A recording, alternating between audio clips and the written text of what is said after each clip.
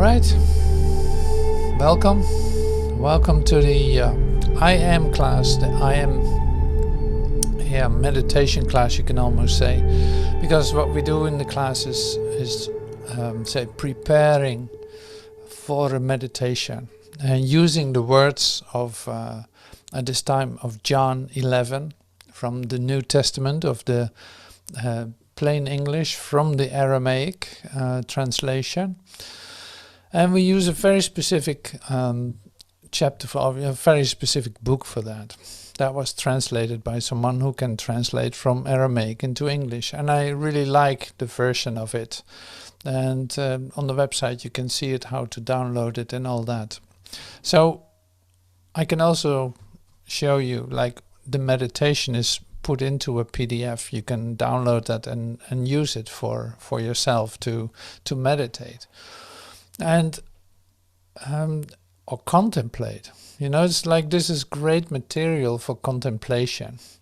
But in order to feel what is going on, we need to become present here. Like, leave everything behind. You arranged everything perfectly. You did it all. Now you can take time for yourself to relax into this. So your concerns can go for a minute. Park them somewhere. You can pick them up later if you really want to do that. And also your occupations of mind that you keep walking around with, let them be for a moment. You don't have to push them aside, but just not engage in them. So then we have to deal with breath and relaxation. It's like, this is the time to relax, to come to yourself, to become present in the moment, to be completely present in this moment, and even further than you are used to. Like, now you can expand your consciousness here. This is a great opportunity to let whatever is living in you come to life. It is really like a reawakening of your presence, of what is already in there. It's like there's nothing that I'm going to tell you that you will not recognize. There's nothing that I'm telling you that you don't know. No, I'm part of that too. This is about the reawakening of that in you. And that is really what the resurrection is too. So it's like the reawakening of this. But that's not just, say, intellectually knowing, oh yeah, I'm one with God, oh yeah, right. No, that has nothing to do with that. So it actually has nothing to do with what you think this is about. And that's why it becomes very interesting and a great discovery for all of us here, listening to this, being present here. It becomes a great discovery to see what actually is meant by what's being shared. And I cannot explain that to you, but you can listen. You can listen deeply, say, inside yourself, what this says, and connect with it by spending time with it, by just letting it tell you what it is, and allowing that reawakening of all of this to happen to you. So that's why we take some time to, say, come to ourselves. Like, okay, your heartbeat will sink a little down. You become relaxed. You breathe into your belly and breathe out again. You know, it's like, oh, take your time, relax. There's not anything that we need to establish or that we need to make or that we need to work to or anything like that. No. The reawakening is really taking place in you in a way that is totally loving. The more you open up for it, the more it will, say, make you grateful for what is occurring. Suddenly there is more light. Suddenly there is communication. Suddenly you feel shifting yourself into timelessness. See, don't think I'm telling you like a fairy tale or a guided meditation or whatever. No, not at all. This is continuously to do with stepping back, stepping back, stepping back. Not a fantasy at all. No, this has to do with the reality of who you are. And what is that? You are about to find out. You are ready to discover this. Otherwise, you would not be listening to this. So that's so beautiful about the class and the meeting and the I am that we're using. This has everything to do with you, with no one else in that sense. It has to do with you in your true self, in the core of your being. This is your moment of communication with Source. This is your moment of communion with God. See, we found all these terms for that, but actually it's just taking place in you and it doesn't have any words. It is a direct experience of it. And you come closer to that the more you open up for it and the more you are available to let that happen to you. So this goes on, and it really takes, the effort that it takes is like you being willing to give up your ideas about everything, and you being willing to sit still and let this completely affect you, and not protecting yourself in your, say, self-identity. So this is the way that Jesus walked around in this world too. You know, he walks up to someone who says, okay, my brother has died. He's dead. His name is Lazarus, or Lazar, as it says here in the word text. Like he was already 3 days dead, and he is completely taken care of. He was like they treated him because he died. And Jesus is absolutely certain in what he says in terms of, okay, we're going to go to him to wake him up because he's asleep. He's not dead. He's asleep, and something needs to happen to him. I need to shake him out of his sleep. And because he's a dear friend of mine too, it's like he knows better. And this is happening, Jesus says, this is happening just as everything in fact is happening, to glorify God. Not that that's an accident, not that there's something wrong, not that there's a disaster going on. Not any of that. No, this, what is occurring in your highest interest, to glorify God. That is the opportunity of this. So to glorify God, that's why Jesus goes to it. And that's why he let this occur. Like it's literally an occurrence to demonstrate the glorification of God. This is the same with you. So don't distantiate, don't take a distance from what's being shared here. No, this is you. Like literally everything that's happening to you in this moment, in this day that you are going into, in this week that you already are here, everything that's occurring in your highest interest. And that is, if you start to recognize what is happening to you, in you, with you, then you see that you have the most incredible opportunity to see everything in a whole different light.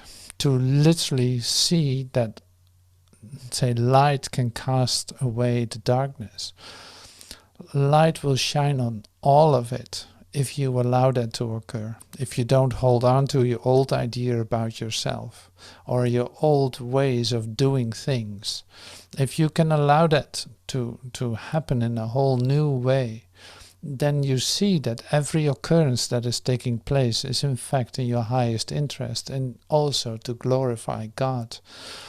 And glorifying God is not a one-way thing. No, it is the communion that you are invited to is what that is. It's like immediate communication with your Creator.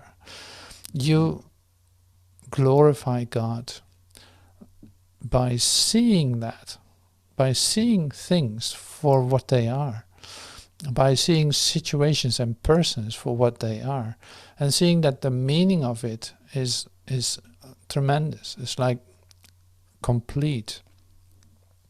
So if you see, and this is then Christ's vision, it's like if you see with Christ's vision, you see that there's no exception to the love of God, that everything is happening to glorify God.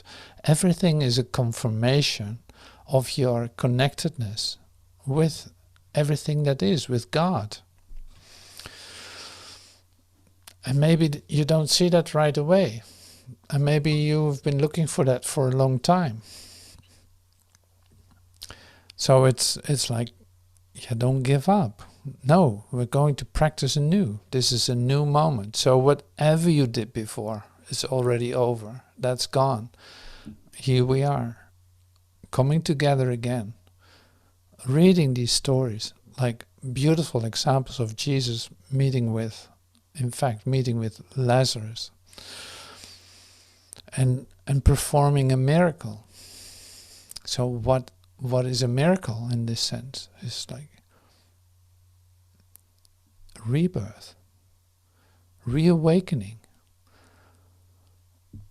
not accepting, just not accepting any illusion as truth, not being afraid of any situation, or letting the fear go about situations or persons, letting that go and see that there's your strength and connectedness. So that goes on with these examples that I was just starting to share. It's like, okay, Jesus, I'll read it in a minute because it's great to read. It's like when you read it again, then too, it's like it becomes deeper and deeper to in your experience of what you're reading, because it becomes very personal. Has so everything to do with you and not with anyone else.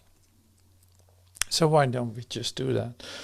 So in this little booklet, it is page 23, chapter 11 from the Gospel of John.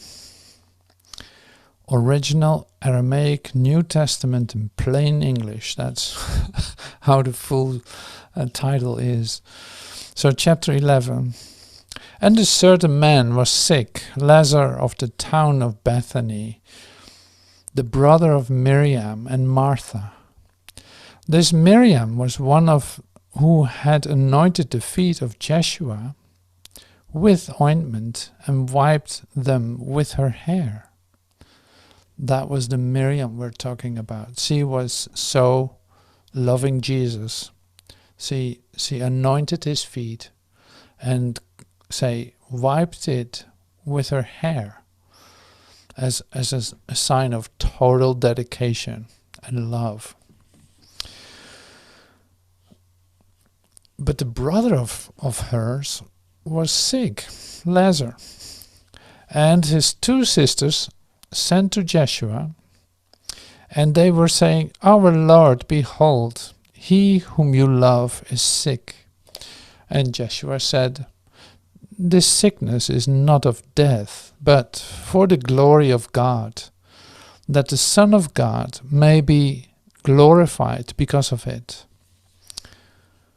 Now Joshua did love Martha and Miriam and Lazar.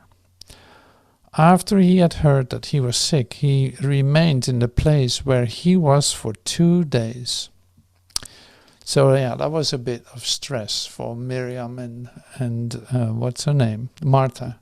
That was a bit of stress because he didn't come right away. He waited for 2 days. Like, well, there was no emergency, in other words. Jesus knew there was no emergency whatsoever. There's nothing to be saved. There's nothing, in fact, to be healed. But glorifying God, yes, in the appointed time. So Jesus was so present in the moment, you could say. Like he's so present in the moment, just as I invite you to be present in this moment here with me. Like, be completely present. You receive exactly when to move, when not to move. When you don't feel it, don't do it. When you don't, it's like you can completely trust that impulse when it comes. If it isn't there, don't do it. Don't think about how to respond to certain situations. And this is basically what we said last week too. It's like, there's no emergency. You have no idea how to respond to any situation. So in that we join with Jesus, like, just be present.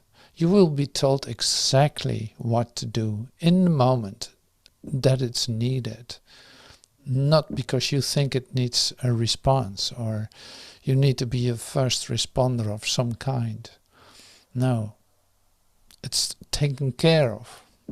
That's the great thing here. So I continue. Now, Jesus did love Martha and Miriam and Lazarus, and after he heard he was sick, he remained in the place where he was for 2 days.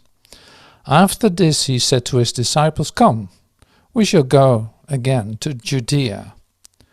And his disciples were saying to him, "Our Rabbi, the Judeans had been just now seeking to stone you, and you are going there again?"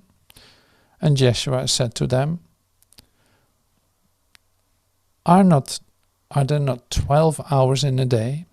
If a man walks in the daylight, he does not stumble, because he sees the light of this world. And if a man walks in the night, he stumbles, because there is no light in him. These things Joshua said, and afterwards said to them, Lazarus, our friend, is resting. I'm going that I may awaken him. So there we go. They're on a little mission. So Jesus had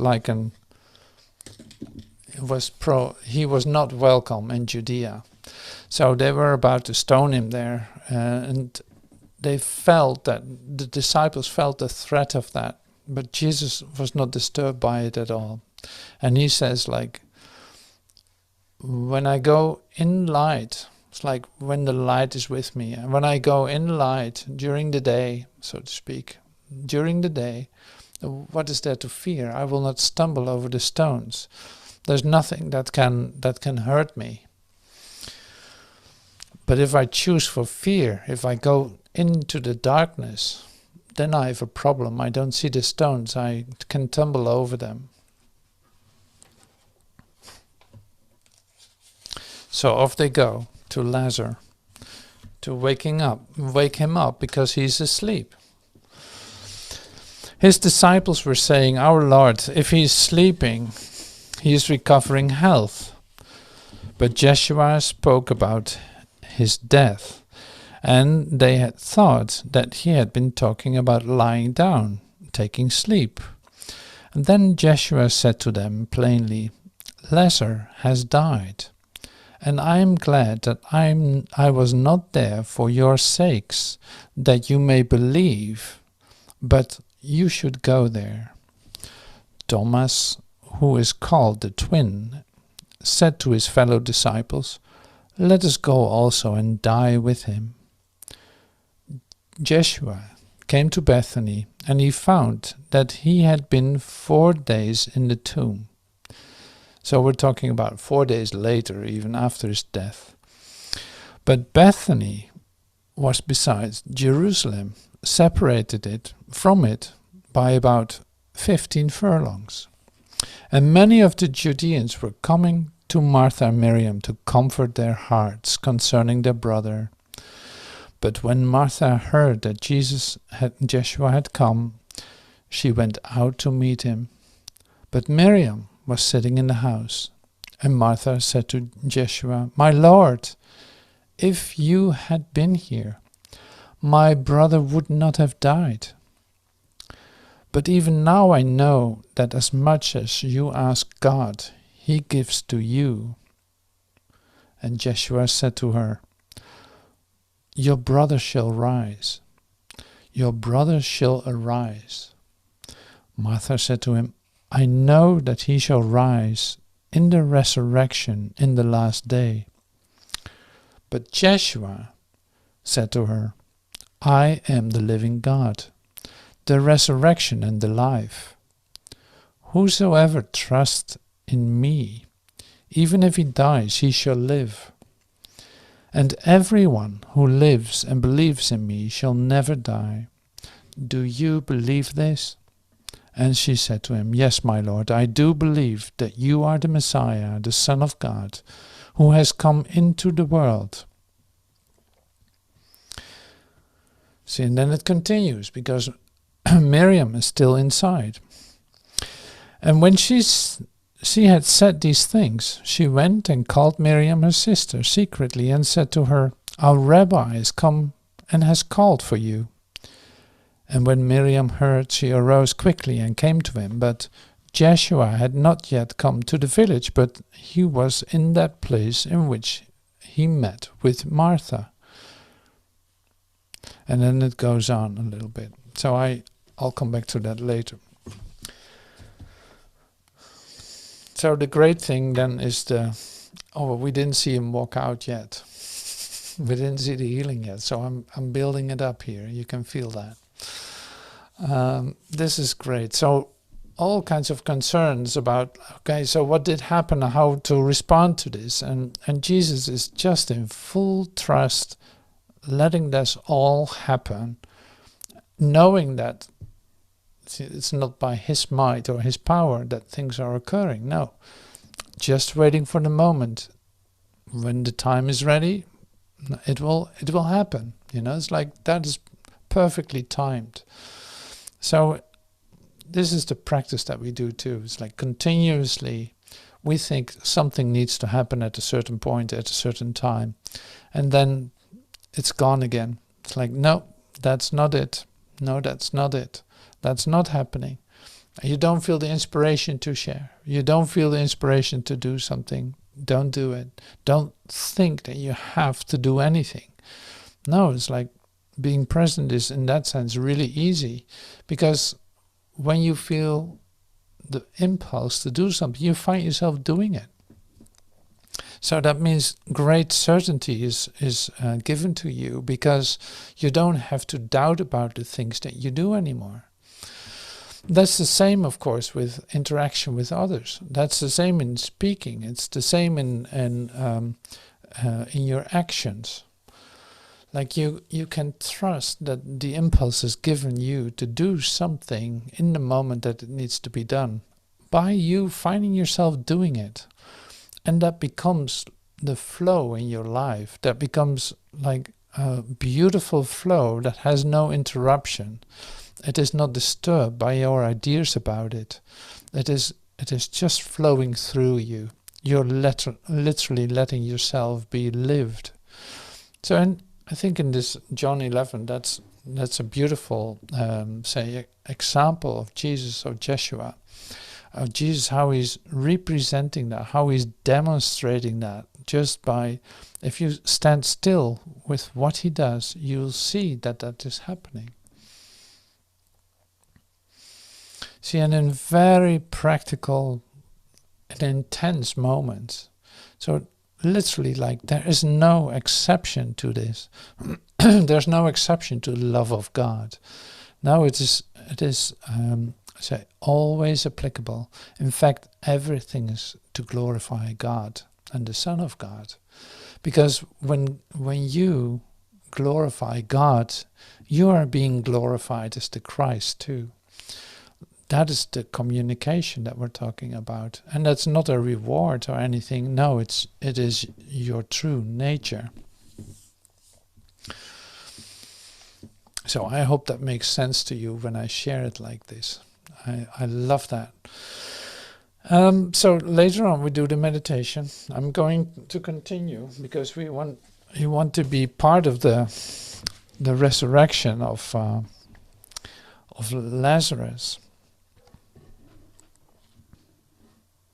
Okay, so let's go to the grave of Lazarus, to where the tomb is put.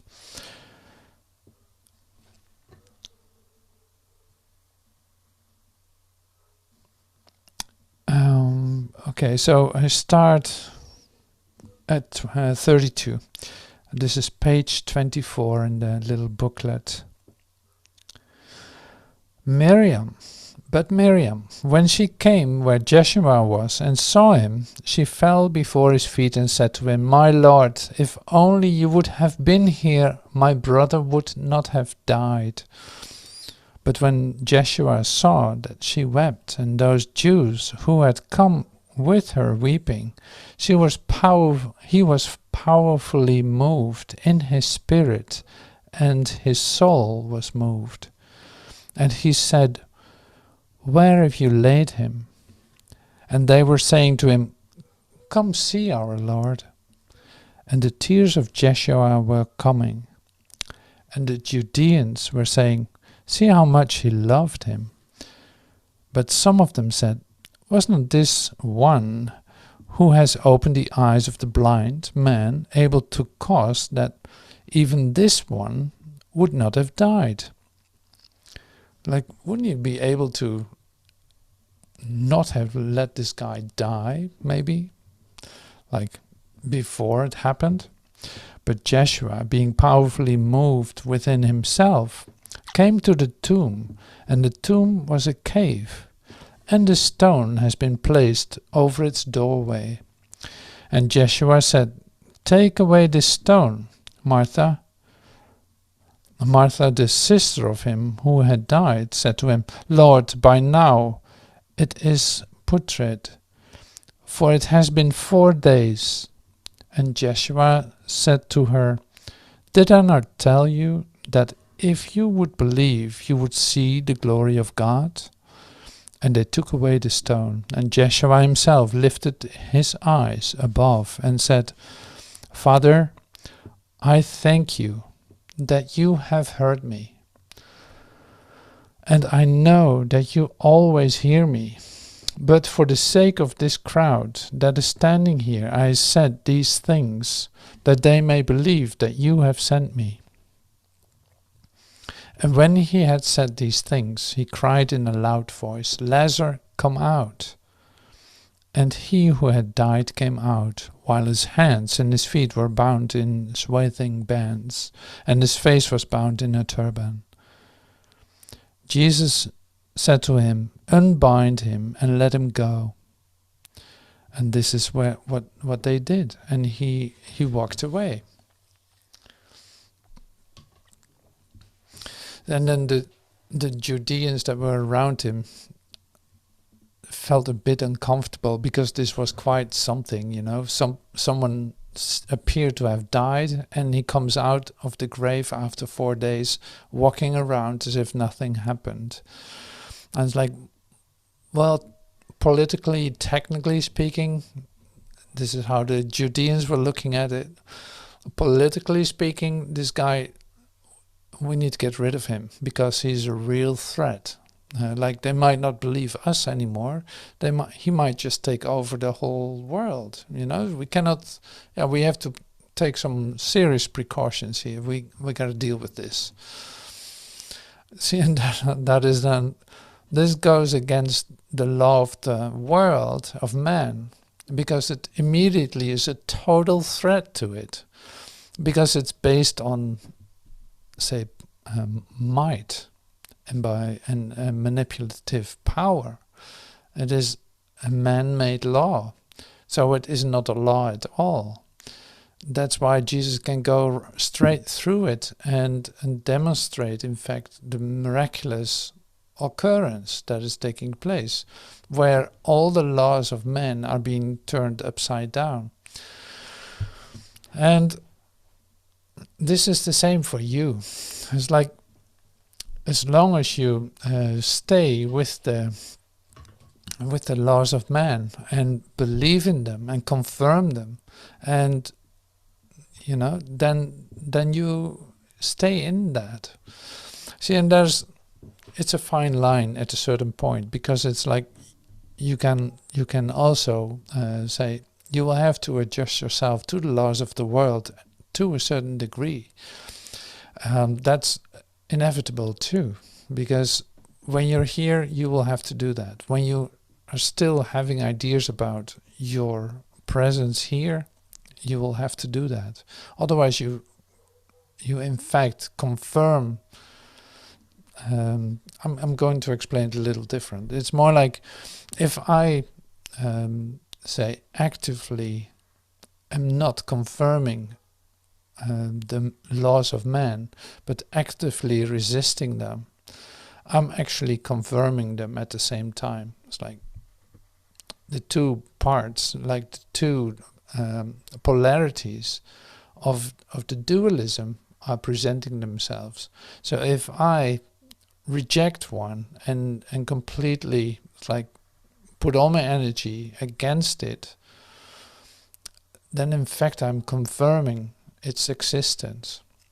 So when I float with it, so to speak, just doing the things that are being asked to in order to move within certain lines, and by doing that, you're not confirming that it's good, you're not confirming that it's bad, it's just your way of dealing with this world while you know you're not of it.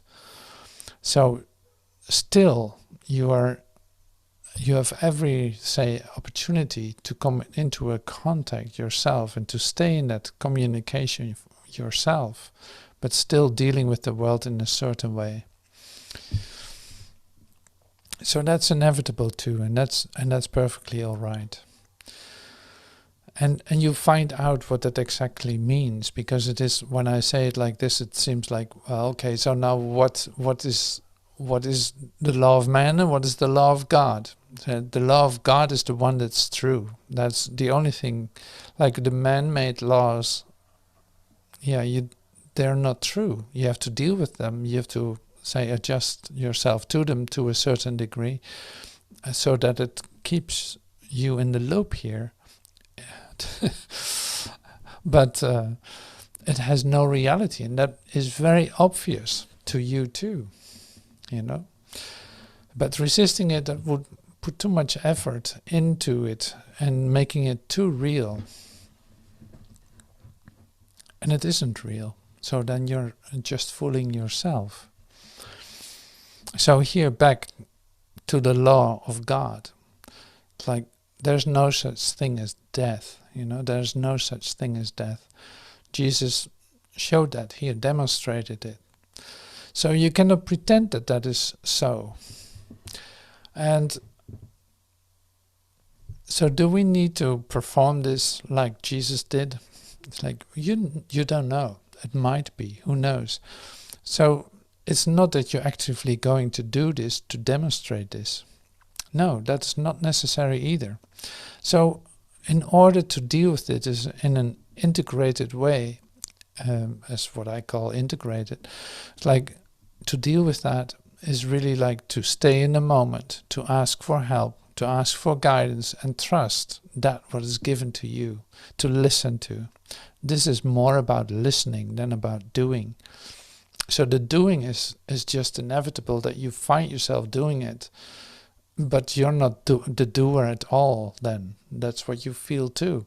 So one of the side effects of one of the characteristics of that is that you really feel the connectedness and the love and the glorification, in fact. So there's presence, light, love, and then it just moves through. It just happens to move through you. And say, since you are a miracle worker, since you are a healer, so to speak, you accept this for yourself and listen what is occurring, and you continue exactly the way that it's given to you to do. You don't have to know how to deal with situations in that sense. No, it will be given to you how to respond. In the meantime, you can keep your peace of mind. You can stay in your presence and practice that.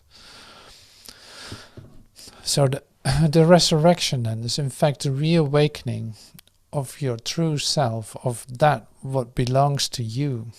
How else are you going to discover that than by stepping back of what you think that should look like? So this is a serious question. In fact, you have to contemplate that. You have to look at that. It's like, Absolutely, I have nothing to add to that. It is going to be given to me, or it's not happening at all. Like, you don't want to force it. You don't want to put effort in it. No, it's going to be given. That's the beauty of this. It can take a couple of days extra. Who knows? When you start to feel the impulse, then it happens. Then suddenly you see yourself do it, and are amazed about the connectedness that is related to it. So this is all as a preparation for the meditation, which we're going to do like in an instant. So bringing you back to the place of this, what is happening to Jesus, what is Jesus is demonstrating is your demonstration. So it comes really close to you. It's literally like you start to recognize this in yourself. So with the words that I chose, that came to me to share with you, I will repeat those a couple of times. And then we start a meditation for maybe 4 or 5 minutes, and I'll repeat this once more.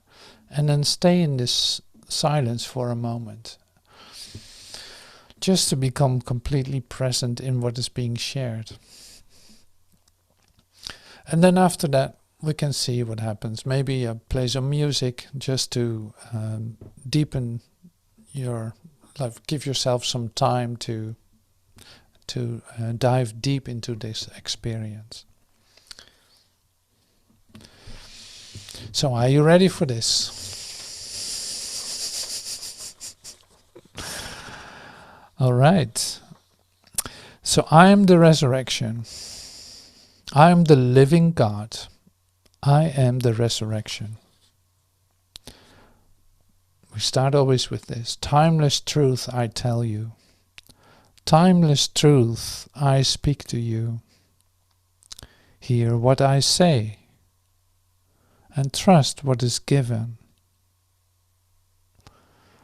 All that happens is for the glory of God, that the Son of God may be glorified. Timeless truth I speak to you. I am the living God, the resurrection and the life. I am the living God. Whoever trusts in me, even if he dies, he shall live. Who lives and believes in me shall never die. I am the living God. I am powerfully moved. Father, thank you that you hear me. I and my Father are one. So I'll repeat it once more. Timeless truth I tell you. Timeless truth I speak to you. Hear what I say. Trust what is given. All that happens is for the glory of God, that the Son of God may be glorified. Timeless truth I speak to you. I am the living God, the resurrection and the life. I'm the living God. Whoever trusts in me, even if he dies, he shall live. Who lives and believes in me shall never die. I am the living God. I am powerfully moved. Father, thank you that you hear me. I and my Father are one. So we will be still for like 5 minutes or so.